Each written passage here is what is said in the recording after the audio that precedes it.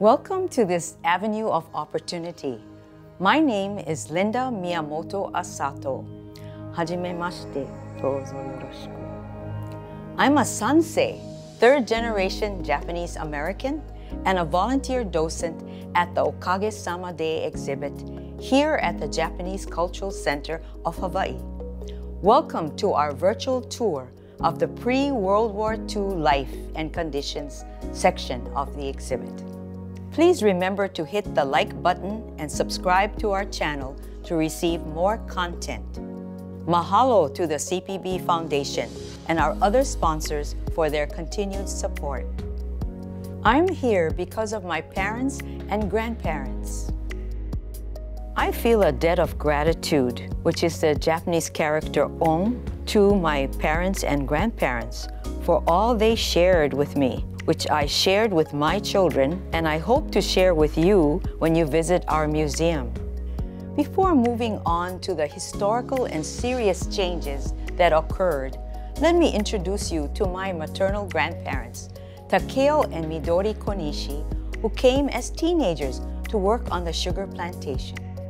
My grandmother was a picture bride. They had 5 children. My mother, Betsy Konishi Miyamoto, was the eldest. She became the first American radio and television announcer on Japanese language stations. Like other Japanese, she was able to read, write, and speak Japanese. At first, they lived in segregated plantation camps in Wahiawa, close to the sugarcane fields.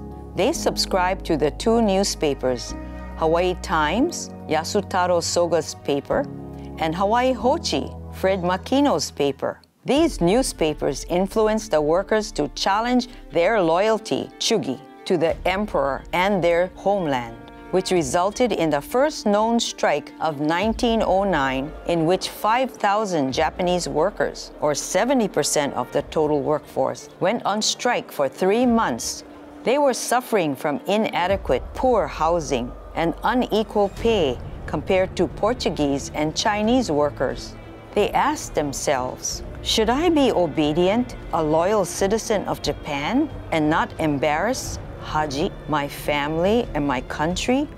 After the strike ended, workers got pay raises and housing improved. In 1920, another strike occurred, and the Honolulu Advertiser called it, quote, plot by Japan to take over Hawaii, end of quote. Filipino and Japanese workers were planning simultaneous strikes, but they were sabotaged by the sugar planters.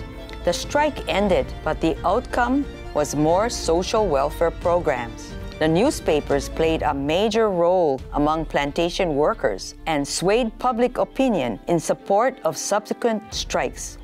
In 1924, 13,000 Filipino workers were on strike, and it lasted for 8 months, and 16 strikers and 4 policemen died.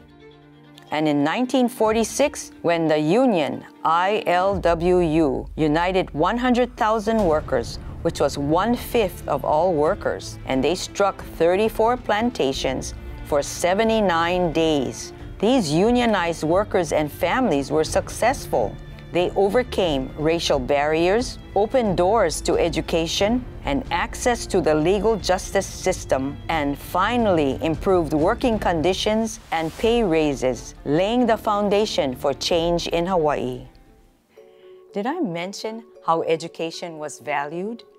After World War I, being American through education became the thing to do. My mother was born in 1920, and she was sent to public schools and Japanese language school. She asked herself, must I deny my Japanese heritage to be American?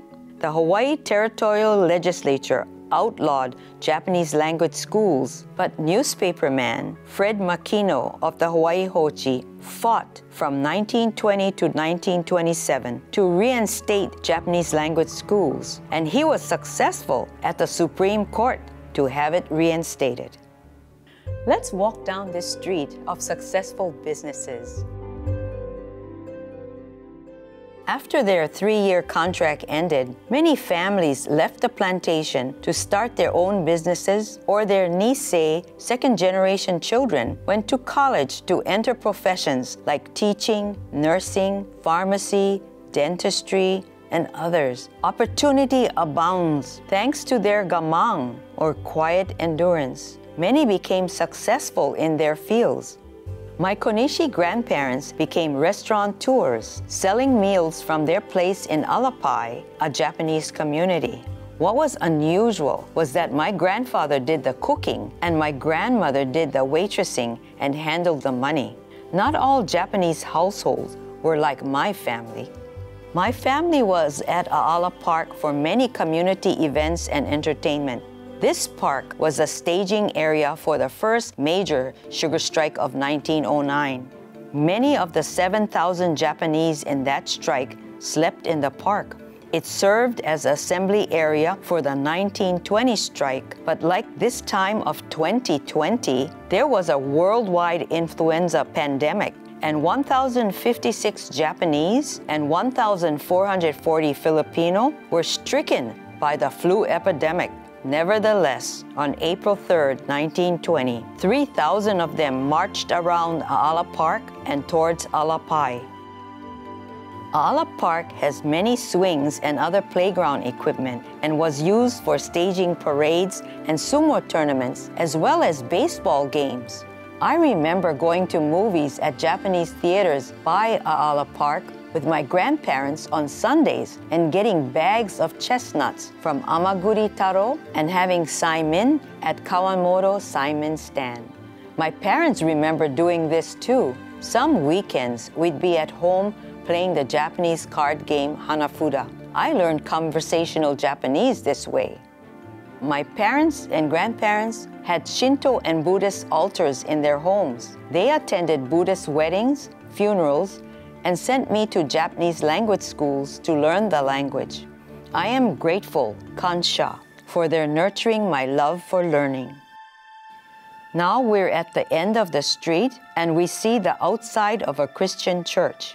The young people, Nisei, or second generation, were turning to Christianity in the 1930s and 1940s, while the Issei, the first generation immigrants, remained Shinto or Buddhist.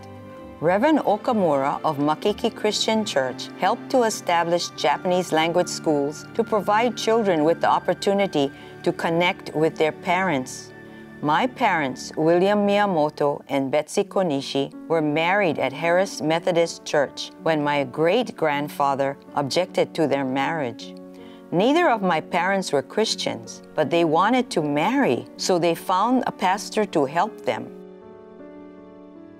The major influences of this time in the 1900s were the newspapers, churches, and families. What was coming in 1941? Thank you to the leadership at the Japanese Cultural Center of Hawaii for organizing the production of these videos. I am honored to be one of your guides. I look forward to seeing you at our Okage-sama Day exhibit. Sayonara. Please remember to hit the like button and subscribe to our channel to receive more content. Mahalo to the CPB Foundation and our other sponsors for their continued support.